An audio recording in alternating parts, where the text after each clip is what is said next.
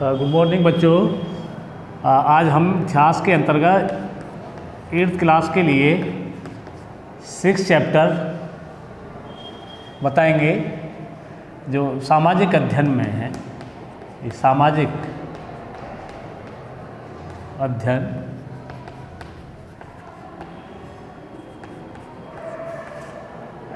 जो हमारा जो टॉपिक रहेगा वो उपनिवेशवाद और राजधानी नगर। उपनिवेशवाद, निवेशवाद और राजधानी नगर।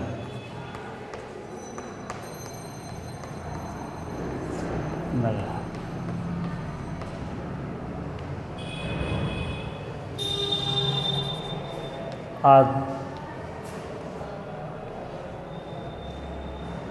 तो बच्चों देखिए, आज हम आप बात करेंगे कि उपनिवेशवाद, इंग्लिश में कॉलोनिज्म बोलते हैं, कि जब ब्रिटिश गवर्नमेंट यहाँ पर 1600 ईस्वी में ईस्ट इंडिया कंपनी की स्थापना की। East India company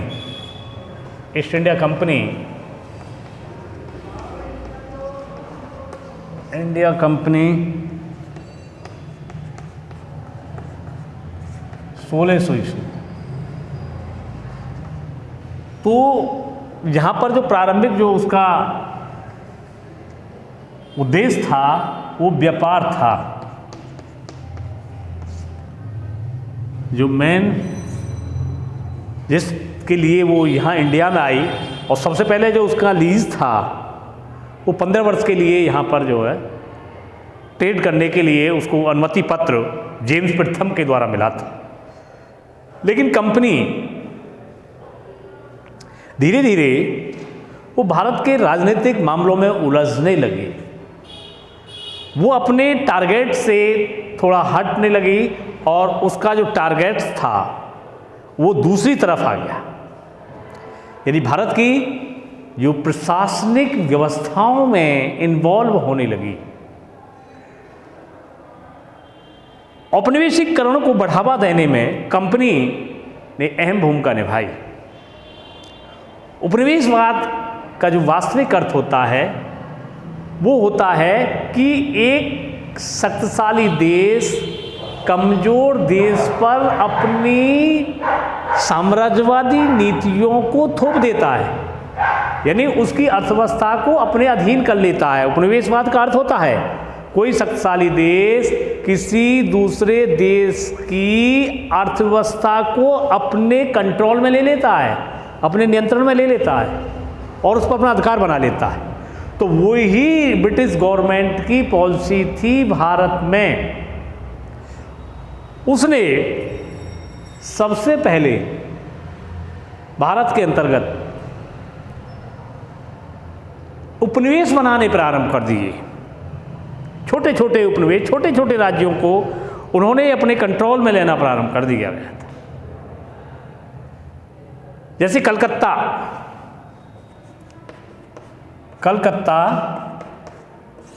Delhi, Bihar, Madras, Mumbai जैसे क्षेत्रों को उसने स्थापित करना प्रारंभ कर दिए। मतलब अपना यहाँ पर अपना नियंत्रण बनाना प्रारंभ कर दिया। अपना औपनिवेशिक अर्थव्यवस्था को यहाँ पर लागू कर दिया उसने। यानी अपनी आर्थिक नीतियों को अपने अकॉर्डिंग चलाने का उसने जिम्मा ले लिया। और इनमें कलकत्ता और मद्रास, मुंबई, ये 3 प्रेसिडेंसी थीं।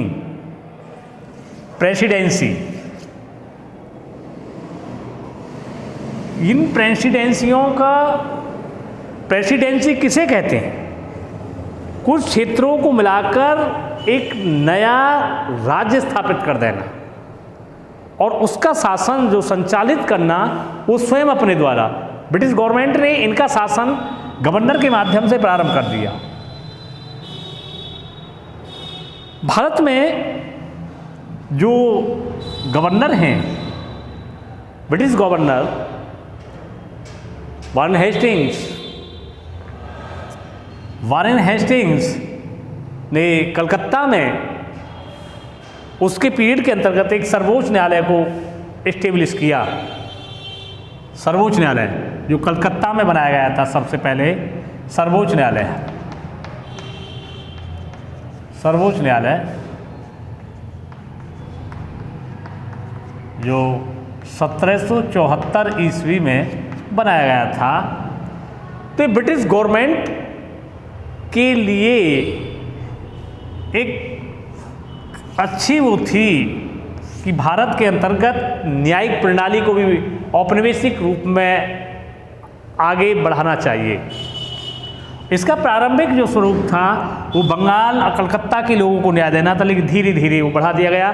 इसके पहले जो न्यायाधीश थे लॉर्ड एम्पे थे, लॉर्ड एम्पे। तो ब्रिटिश गवर्नमेंट ने न्यायिक क्षेत्र में भी कार्य किए, औपनिवेशिक व्यवस्था वहाँ स्थापित की। दूसरे, ब्रिटिश गवर्नमेंट ने आर्थिक क्षेत्र में अपने औपनिवेशिक नीति लागू की। आर्थिक क्षेत्र में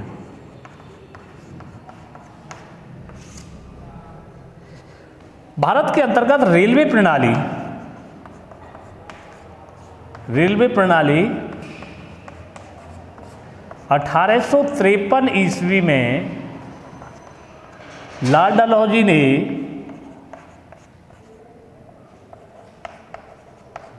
डलहौजी ने मुंबई से थाने तक पहली रेल का निर्माण किया। मुंबई से थाने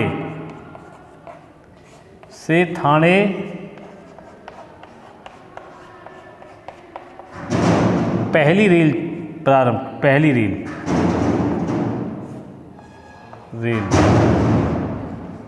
की। तो इसका जो है, अब बात आती है कि ब्रिटिश गवर्नमेंट ने रेलवे का निर्माण क्यों किया, आखिर वो रेलवे को क्यों चलाना चाहती थी। उसका अपना एक स्वार्थ सिद्ध था, क्योंकि रेलवे के माध्यम से ब्रिटिश गवर्नमेंट अपने ट्रेड को और बढ़ा सकती थी। एक स्थान से दूसरे स्थान को माल के आवाजाही के लिए उनके लिए रेल की आवश्यकता हुई। तो ब्रिटिश गवर्नमेंट ने रेलवे का जो निर्माण किया था वो अपने स्वार्थ के लिए किया था। दूसरी चीज़, स्टार्टिंग में ब्रिटिश गवर्नमेंट का जो मेन उद्देश्य था वो भारत में जो भी व्यवस्था स्थापित की उसको मद्देनजर अपने स्वार्थ के मद्देनजर रखते हुए उसका निर्माण किया गया था। अदरवाइज ब्रिटिश गवर्नमेंट कोई इतनी वो नहीं थी कि जो भारतीयों के लिए ही पूरी सुविधा देती, तो उसको यहाँ से मिलने वाला था। तो रेलवे का निर्माण जो आगे आने वाले पीरियड में वो भारतीयों के लिए बहुत अच्छा हुआ, लेकिन स्टार्टिंग में रेलवे का निर्माण ब्रिटिश सरकार ने अपने स्वार्थ, अपने फायदे, अपने बेनिफिट के लिए किया गया था। दूसरी कि नगरीकरण, जो नगरीकरण और शहरीकरण को जो बढ़ावा दिया उसका भी एक अपना एक उद्देश्य था उनका। ब्रिटिश गवर्नमेंट का जो राजधानी दिल्ली और उसने ऐसे ऐसे नगरों की स्थापना की कि नगरों के माध्यम से व्यापार को बढ़ाया जा सकता था। दिल्ली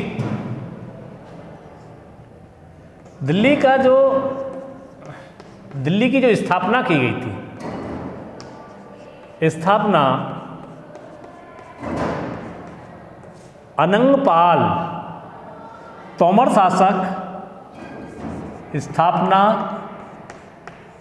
शासक वंश के अनंगपाल द्वारा 756 ईस्वी में की गई थी। ईस्वी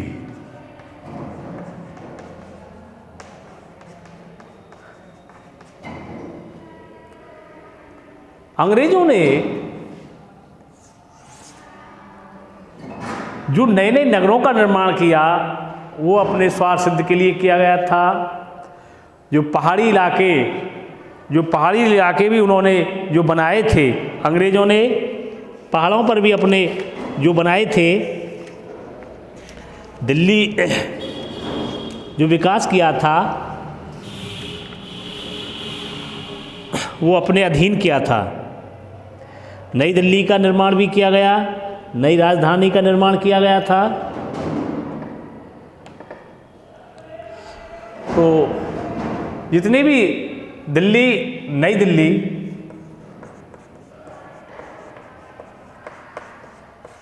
गेटवे ऑफ इंडिया जो मुंबई में है, गेटवे ऑफ इंडिया,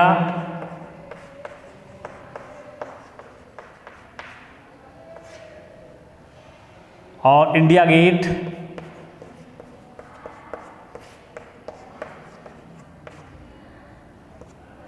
और ये मद्रास जो सीनेट, मद्रास का सीनेट भवन,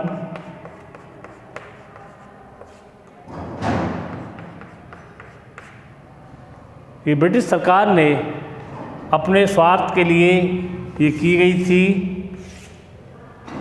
और इसने शिमला जो हिमाचल प्रदेश में है, डलहौजी जो जम्मू कश्मीर में है, इन बड़े बड़े जो गर्मी वाले जो क्षेत्र पहाड़ों पर लेंसडाउन, पौड़ी गढ़वाल, टीडी गढ़वाल में बड़े बड़े क्षेत्रों पर निर्माण कार्य किए। तो इस प्रकार से औपनिवेशिक जो क्षेत्र थे उनको एक नई दिशा दी इन्होंने। और अंग्रेज़ों ने नए नगरों का निर्माण जो किया था वो नवगाथिक शैली में किया था, नवगाथिक शैली। और सूरत में जो कंपनी स्थापित की, सूरत में कंपनी, तो मेन जी कंपनी एक महत्वपूर्ण रूप से कार्य करती थी। और इनका जो उद्देश्य था वो औपनिवेशिक व्यापार को बढ़ाना, औपनिवेशिक स्वराज स्थापित करना, जिससे कि भारतीयों को भी ये लगे कि यहाँ पर शासन व्यवस्था अंग्रेज़ों द्वारा चलाई जा रही है, जिससे कि भारतीय अंग्रेज़ों का विरोध ना कर पाएँ। इसलिए उन्होंने कुछ ऐसी नीतियाँ भी बनाई जिससे भारतीयों को भी फ़ायदा हुआ। अंग्रेज़ों द्वारा सबसे पहले जो 3 हाई कोर्ट हैं वो अंग्रेज़ों द्वारा बनाए गए थे, और 3 विश्वविद्यालय सबसे पहले वो अंग्रेज़ों द्वारा ही बनाए गए थे। तो इस प्रकार से उसका पूरा फ़ायदा भारतीयों के द्वारा लिया जा रहा है। अंग्रेज़ों ने जो नींव रखी उसका पूरी तरह से उनको इस बात का श्रेय था कि उन्होंने जो भारत में जो विकास किया उसका भारतीयों के लिए भी पॉजिटिव परिणाम हुआ। जैसे 1862 ईस्वी में लॉर्ड कैनिंग के काल में, लॉर्ड कैनिंग के काल में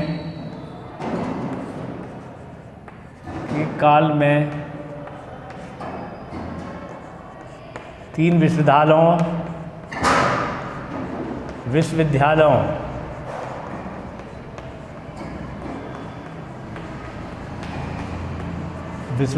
की स्थापना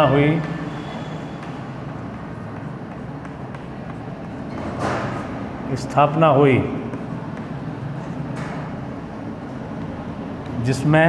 जिनमें प्रमुख थे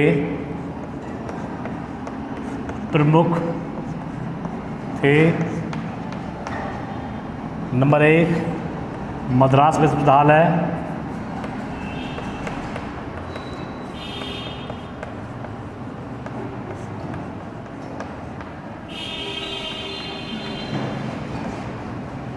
दूसरा कलकत्ता विश्वविद्यालय,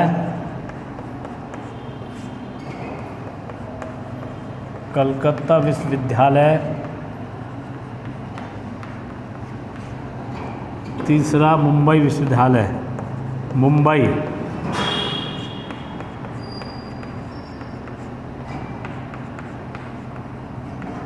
मुंबई विश्वविद्यालय। तो ये अंग्रेज़ों द्वारा इनकी स्थापना की गई थी। और 3 ही उच्च न्यायालय, जो उच्च न्यायालय थे, उच्च न्यायालय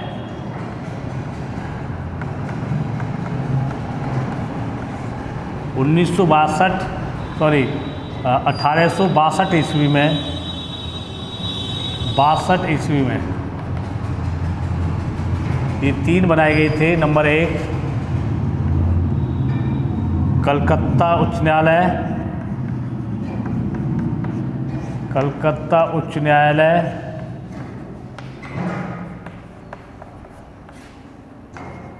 दूसरा मुंबई उच्च न्यायालय,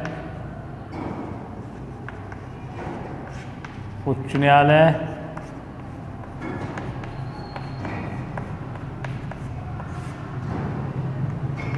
तीसरा मद्रास उच्च न्यायालय। ये अंग्रेज़ों के द्वारा बनाए गए थे। तो इस प्रकार से अंग्रेज़ों ने न्यायिक क्षेत्र में और एजुकेशन के क्षेत्र में ये महत्वपूर्ण कार्य किए। ये शिक्षा के क्षेत्र में, ये न्याय के क्षेत्र में, न्याय के क्षेत्र। तो इस प्रकार से अंग्रेज़ों के द्वारा, और मैंने आपको रेलवे लाइन बताया, रेलवे के क्षेत्र में। अब मैं आपको बताता हूँ कि भारत में अंग्रेज़ों द्वारा प्रशासनिक सेवाओं का वो किया गया था, यानी जो सर्विस के बारे में उन्होंने भारत के अंतर्गत जो यहाँ पर सिविल सर्विसेज को स्थापित की। सिविल नागरिक सेवा, जो उसमें किया था उसने नागरिक सेवा।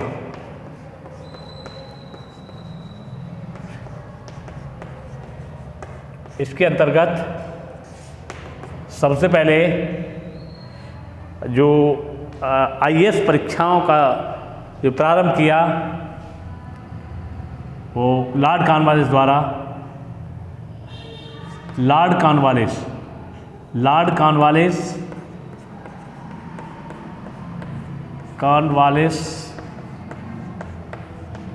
द्वारा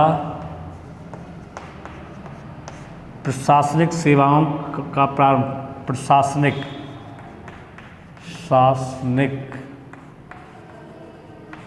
सेवाओं का गठन,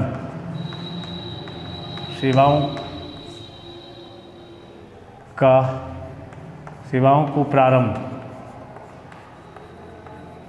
प्रशासनिक सेवा को प्रारंभ करना, जो एक आईएएस की परीक्षा, आईएएस होती है। ये लॉर्ड कॉर्नवालिस द्वारा ये प्रारंभ की गई थी। और भारत में जो सबसे पहले जो डीएम, यानी डीएम का जो पद बनाया गया था भारत में, सर्वप्रथम कलेक्टर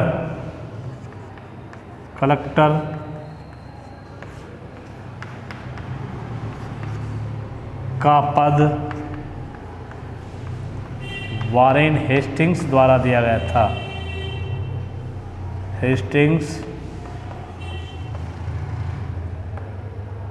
हेस्टिंग्स द्वारा दिया गया था।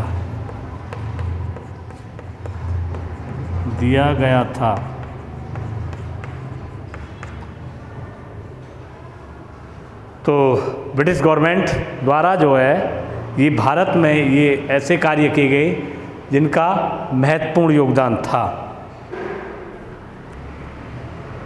तीसरा, अंग्रेज़ों द्वारा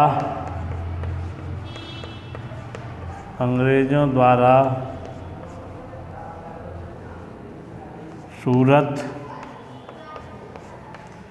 मछलीपट्टनम,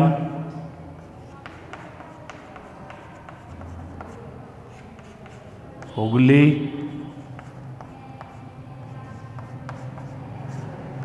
बालासोर,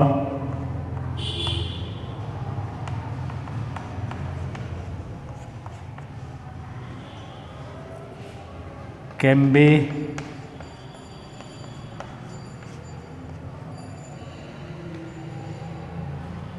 में कंपनी तथा कोठियाँ स्थापित की गईं। कोठियाँ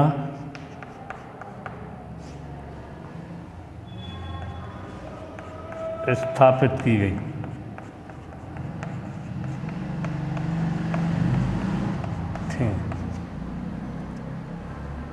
तो इस प्रकार से भारत के अंतर्गत ये कार्य किए गए जिससे भारत में उपनिवेशवाद बढ़ा और राजधानी भी बनाई गई और उन्होंने अवध हैदराबाद में अपने कारखाने और भी स्थापित किए और इन राज्यों को अपने अधीन कर लिया। 1857 के विद्रोह में भी अंग्रेज़ों द्वारा अपनी महत्वपूर्ण कोठियाँ नगर स्थापित किए और पहाड़ी इलाकों में भी उन्होंने नगर स्थापित किए। तो इस प्रकार से ये मैं बताया, इसके बारे में मैंने आप कराया। कुछ क्वेश्चन देता हूँ, उन्हें आप करके लाएंगे।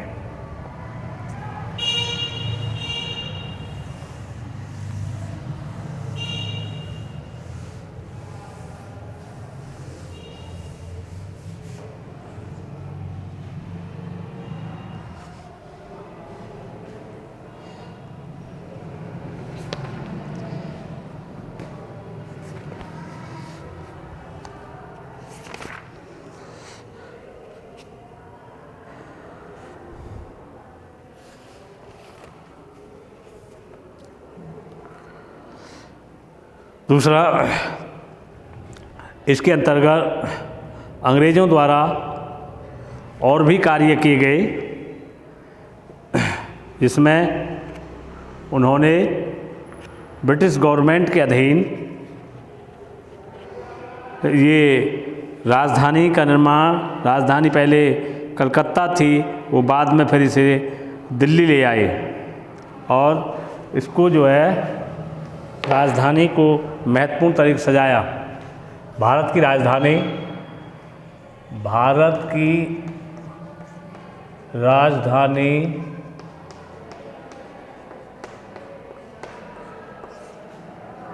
पहले कलकत्ता थी।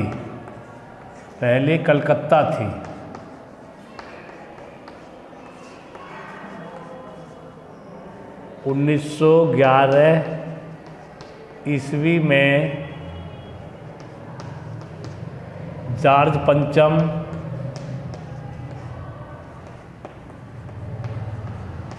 ने राजधानी दिल्ली लाने की घोषणा की।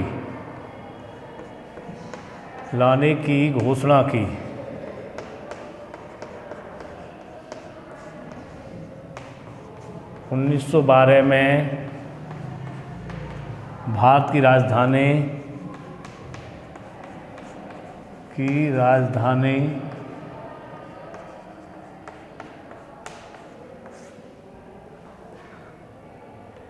अप्रैल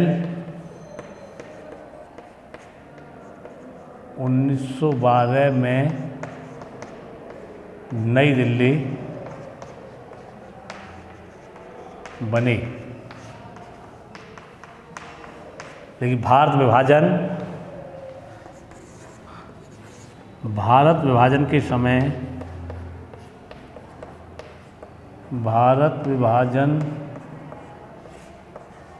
के समय दिल्ली की स्थिति दयनीय थी। दिल्ली की स्थिति 1947 में दयनीय थी।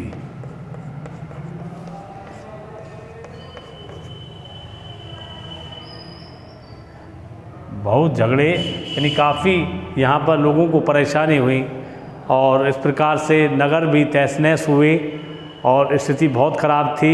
आवास की समस्या थी, खाद्यान्न की समस्या थी उस प्रकार। तो ये इस प्रकार से जो है ये मैंने बताई। अब इसके लिए आप कुछ क्वेश्चन करेंगे।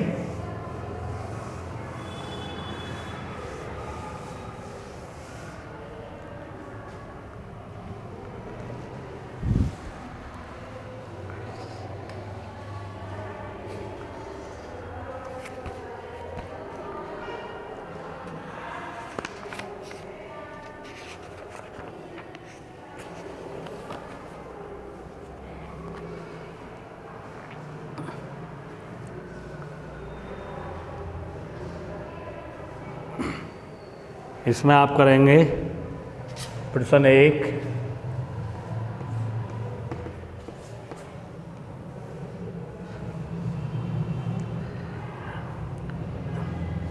अनगरीकरण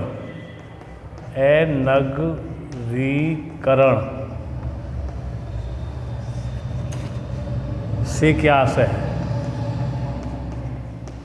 क्या आशय है?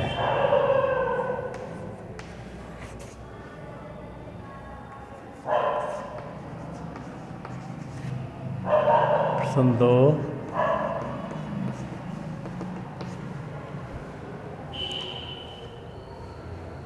अंग्रेजों ने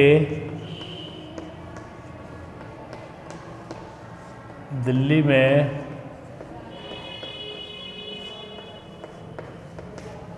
में एक भव्य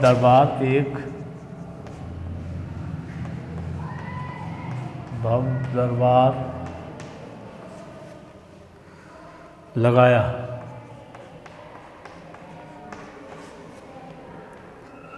कारण बताइए।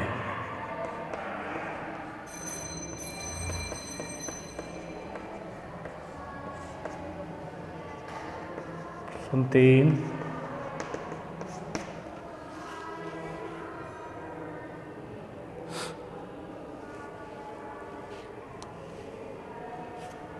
दिल्ली आगरा जैसे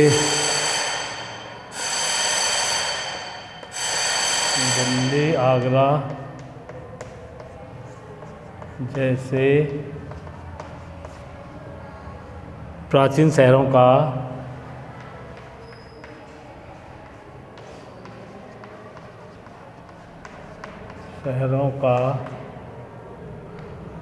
16वीं शताब्दी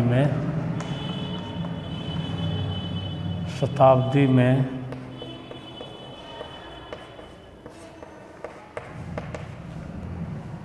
पतन क्यों हुआ?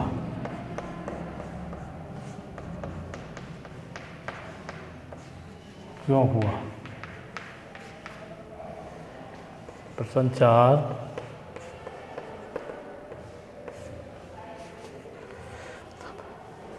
देश की अर्थव्यवस्था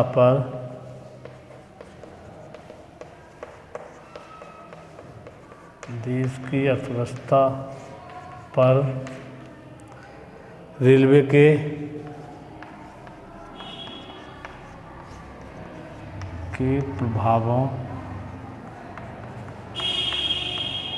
के प्रभावों की व्याख्या कीजिए।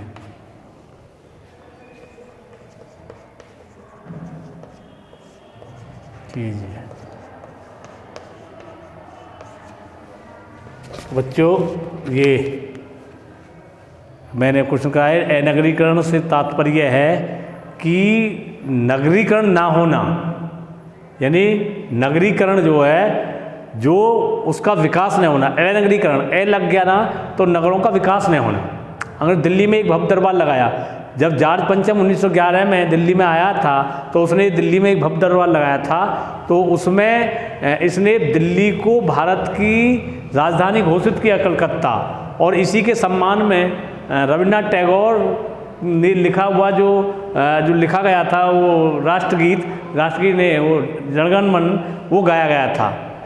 दिल्ली और आगरा जैसे प्राचीन शहर ये 16वीं शताब्दी में इनका पतन हुआ, क्योंकि उस समय जो शासन था वो ब्रिटिश गवर्नमेंट का नहीं, ब्रिटिश गवर्नमेंट आ गई थी उस समय, और इस प्रकार से मुगलों का भी उस पर शासन था, तो धीरे धीरे ये नगर पतन हुए। अर्थव्यवस्था पर रेलवे के प्रभाव, यानी रेलवे के निर्माण से अंग्रेज़ों की अर्थव्यवस्था बहुत उच्च स्तर पर चली गई थी, और इससे कुछ भारतीयों को भी बेनिफिट हुआ, लेकिन कुछ भारतीयों को ज़्यादा खास बेनिफिट नहीं हुआ। तो इस प्रकार से आज के लिए इतना ही, आगे जो है फिर बताएंगे, कल कराएंगे।